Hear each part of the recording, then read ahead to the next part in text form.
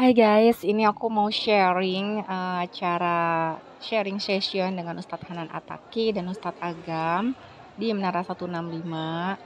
Nah, ini ada beberapa ceramah singkatnya yang bagus banget. Ini aku share di sini. Semoga bermanfaat untuk kalian ya.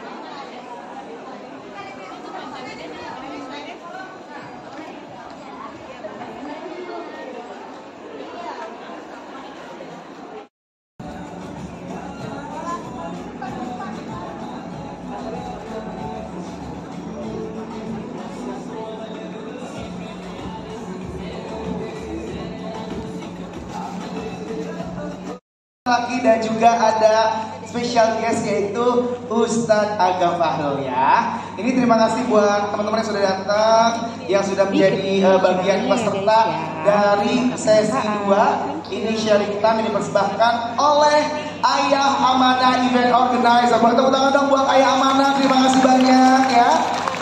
Dan juga pastinya terima kasih yang udah support ya. Ini terima kasih ada apa aja? Ada Wardah, terima kasih di Museum. Biodev sabun antiseptik alami ya. Ustadz Agam Fahrul. Assalamualaikum.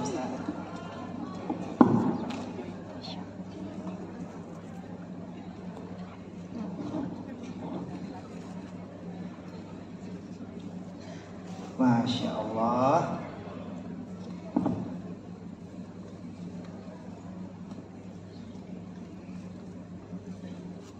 Apa kabar Gurunda? Sehat? Alhamdulillah, kamu nih Kak sehat. Alhamdulillah. Wah, dan akhirnya disampaikan kepada Allah. Hamba tadi mengatakan, oh memang kalau memang demikian, saya hanya mengatakan Alhamdulillah. Hamba tersebut mengatakan Alhamdulillah. Akhirnya malaikat kembali kepada Allah dan dia mengatakan, ya Allah, hamba tadi setelah aku beri kabar kalau dia masuk ke dalam neraka, dia mengatakan kalimat Alhamdulillah. Dan kabarkan kepada hamba tersebut, kata Allah, dia masuk ke dalam surga karena kalimat Alhamdulillah. Jadi ibadah selama 400 tahun itu disingkirkan hanya karena satu amal ringan di lisan kita, itu mengucapkan kalimat Alhamdulillah. Jadi jangan pernah meremehkan Pak Bu, amal-amal ringan yang kita ucap. Jangan pernah meremehkan amal-amal yang kita kira itu sepele.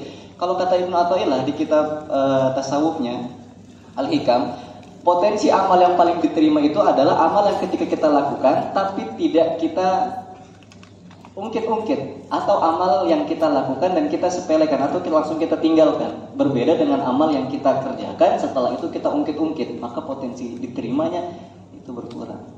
Makanya kan kadang-kadang amal yang kita anggap ringan bisa jadi itu amal-amal yang berat.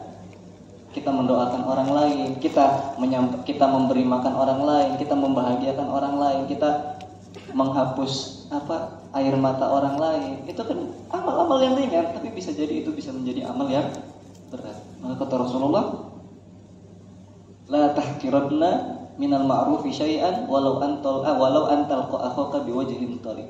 La tahqiranna, nun taukid musyaddadah, nun taukid penekanan, jangan pernah meremehkan amalan kecil. Walau antal akhaka biwajhin tariq. Ketahui Allah saudaranya itu menjadi doa yang mustajab. Inda ra'sihi malakun muwakkalun. Bahkan di atasnya itu ada malaikat yang menjadi wakil, yang menjadi saksi. Wa kullama da'a li akhihi bi khairin, dan ketika kita mendoakan untuk saudara kita kebaikan tanpa diketahui olehnya, wa qala malakun muwakkalun bihi, dan malaikat yang menjadi saksi tadi akan mengatakan amin walaka bimithli. Amin, maka engkau akan mendapatkan apa yang saudaramu dapatkan. Jadi gampang lisan kita mendoakan saudara kita dengan yang baik-baik. Oleh Bapak Ari Ginanjar. Ini cerita asli dari lisan Bapak Ari Ginanjar sendiri mengatakan, waktu pembangunan gedung ini gedung 25 lantai. Paling atas ada masjid dan bahkan menjadi masjid paling tinggi entah se-Asia Tenggara entah di dunia. Masjid paling tinggi. Setelah itu di 2005 awal pembangunan Dan ketika 2005 sampai di lantai 3 pembangunannya berhenti. Pembangunannya nggak dilanjutkan. Akhirnya semua orang yang katanya teman sama Pak Ari Ginanjar meninggalkan Pak Ari Ginanjar. Ngapain bangun-bangun kayak gini? Udah gue bilang jangan bangun-bangunnya kayak gitu, percuma. Lihat sekarang jadi bangunan yang terbengkalai, jadi bangunan yang bangkai. Itu nggak jelas kayak gini, udah lumutan. Akhirnya kan kayak gitu. Tapi setelah 2005 dan itu berlangsung lama banget dan ini nggak jadi-jadi sampai di lantai 3 doang. Ini lantai berapa ya? Lantai 2, satu lagi lah di atas satu. Sampai di situ akhirnya abinya, bapaknya Pak Ari Ginanjar itu datang dan nanya kepada kenapa bila kayak gitu. Oh ini gedung 165 belum terbangun. Akhirnya abinya mengatakan kepada anaknya, oh ya udah Ari, akan manggilnya Ari, kamu kalau bisa di setiap orang yang kamu temui di jalan, kamu doakan kebaikan untuk dia. Di setiap orang yang kita jumpai di jalan, kamu doakan kebaikan untuk dia. Jadi selama itu Pak Ari Ginanjar itu mendoakan semua orang-orang dengan kebaikan yang dia temui di jalan, entah itu security, tukang sapu, ya pedagang asongan, atau yang lagi bersepeda, yang gemuk dia doakan kurus, yang kurus dia doakan gemuk, yang miskin dia doakan kaya, yang kaya dia doakan sejahtera. Ya kan? Pokoknya doakan semua kebaikan.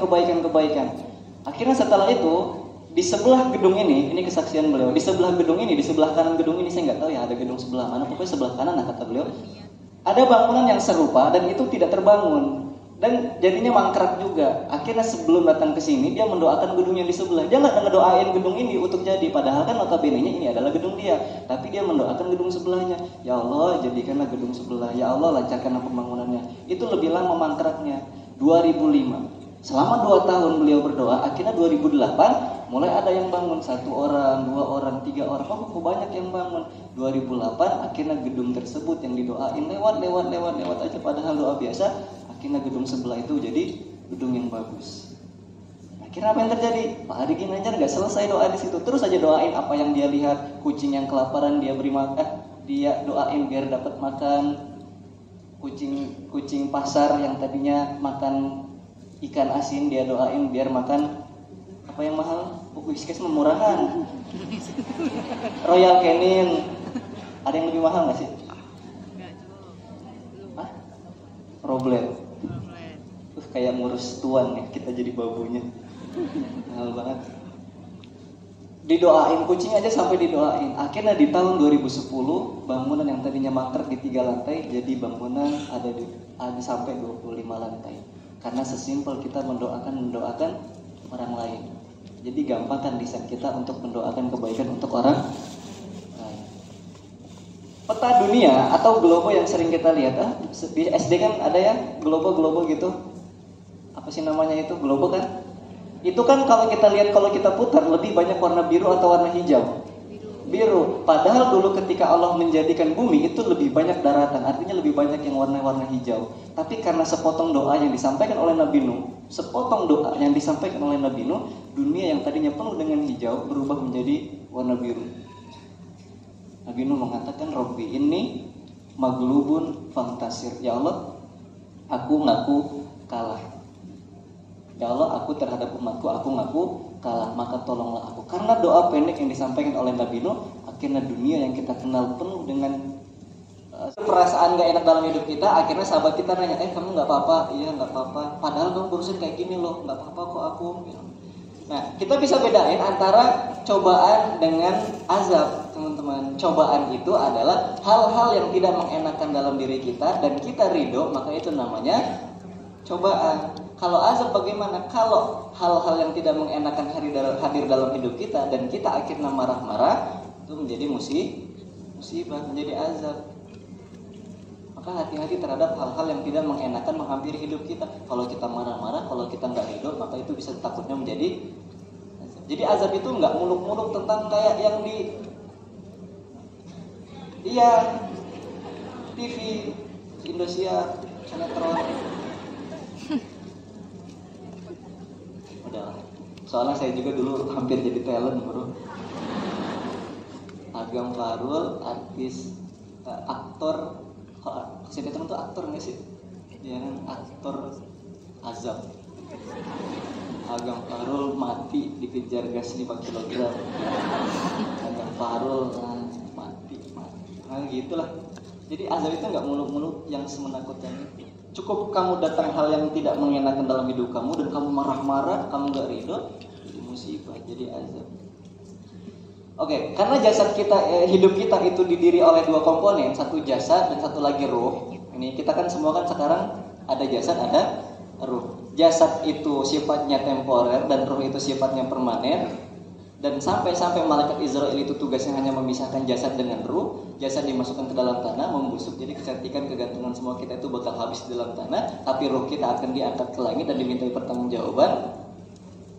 Kadang-kadang ironisnya kita lebih fokus memberikan asupan kepada jasad kita tanpa membentuk mentalitas kita yang kuat. Kita lebih fokus memberikan asupan kepada jasad kita tanpa membentuk mentalitas roh kita yang kuat.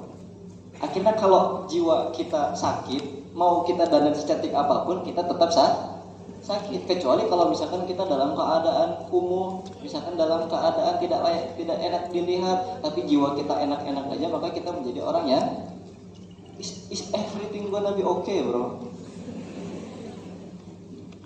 Makanya dari tanah, maka obatnya apa-apa yang berasal dari tanah.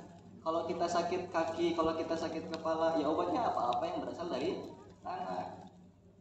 Kimia itu kan kadang-kadang dari tanah, dari tumbuhan. Sekarang kita sakit apapun obatnya solusinya apa yang keluar dari tanah. Karena jiwa kita itu datangnya dari Allah, maka obatnya apa-apa yang datang dari Allah. Kayak kita datang ke sini kan enak ya obatnya. Jiwa kita lebih apa bahasa kita itu apa tadi? Recharging my soul kalau kalian mau. Alah, pasti kalian udah foto gelang. Ya kan? Foto di samping kepala Ustaz Hanan di luar. Pelajaran yang bisa kita pakai hari ini adalah gampang lisan kita untuk mendoakan orang lain. Doain aja. Kalau kita ingin doa kita seperti itu, doakan dulu orang lain. Kalau kita ingin pintar matematika, kita doakan dulu orang lain. Kalau kita ingin punya rumah, doakan dulu orang lain. Kalau kita pengen kebahagiaan dalam hidup kita, doakan dulu tetangga kita. Doakan diri kita kapan nanti. Karena memang malaikat mengatakan walaka bimithlihi, kamu akan mendapatkan apa yang saudaramu dapatkan. Yang kedua, tumbuhkan dalam hidup kita rasa al-adullu wal inkisar, rasa tidak berdaya kita di hadapan Allah. Karena itu satu-satunya kunci bagaimana Rasulullah mencontohkan ketika perang Badar. Ketiga, tadi recharging my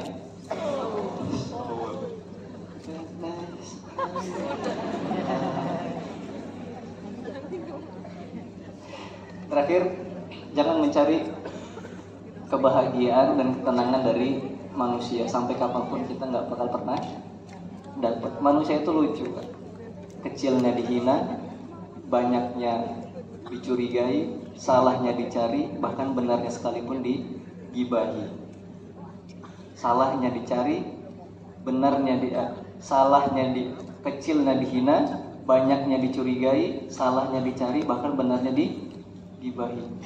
Kecilnya pencapaian kita, mereka hina. Besarnya pencapaian kita, mereka curigai. Dalam pencapaian kita nggak punya salah, mereka